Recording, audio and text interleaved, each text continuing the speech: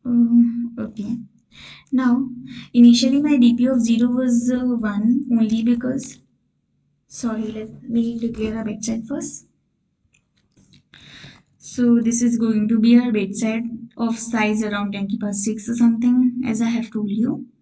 Right, so this is the size, and first which set was of DP, second was valid previous, and the third is going to be the mask which we will be using for performing operations.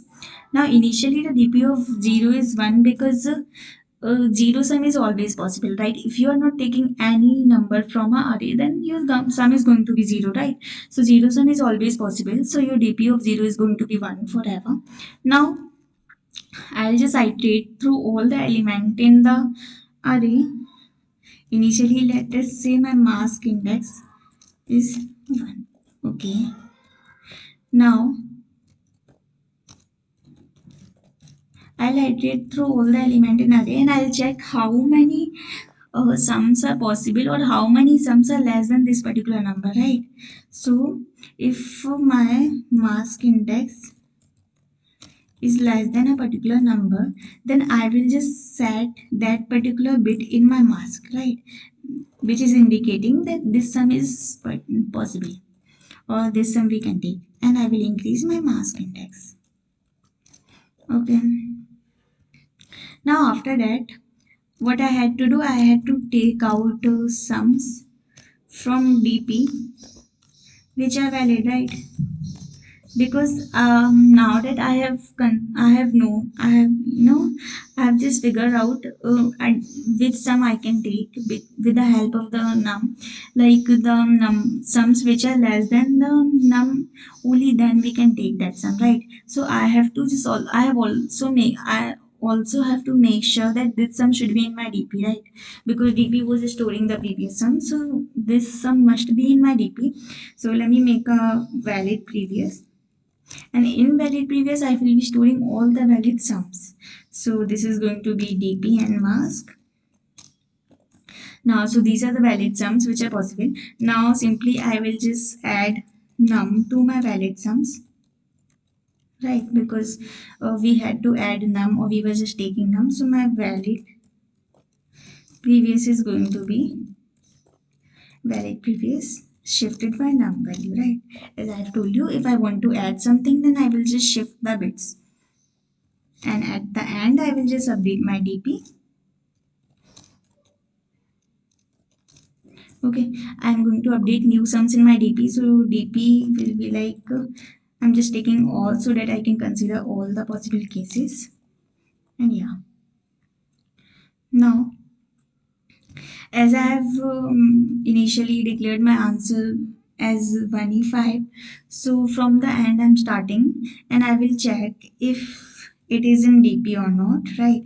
So if answer is not in DP, then I will decrease my answer, and once I got my answer in DP, this will be the largest number possible, right? So simply I will just return my answer.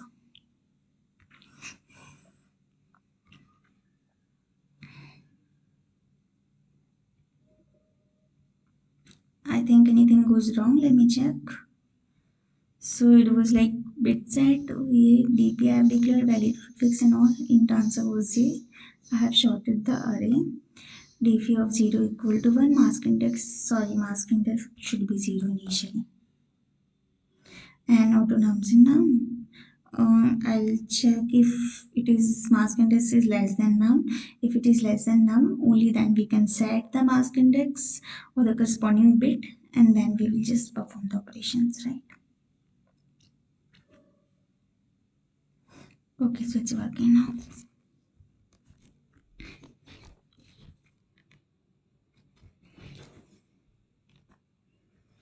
So yeah guys, this was the solution and the approach which we are going to follow in this particular question. I hope it was possible for me to explain you the question. It was quite hard to understand, right? So if you have any doubt or query related to the question, you can simply ask in comment box. And also I'm going to provide you the solution and the problem link in my description box, so you can check here if you have forgot anything about the solution, right? Thank you so much for your patience. Have a good day.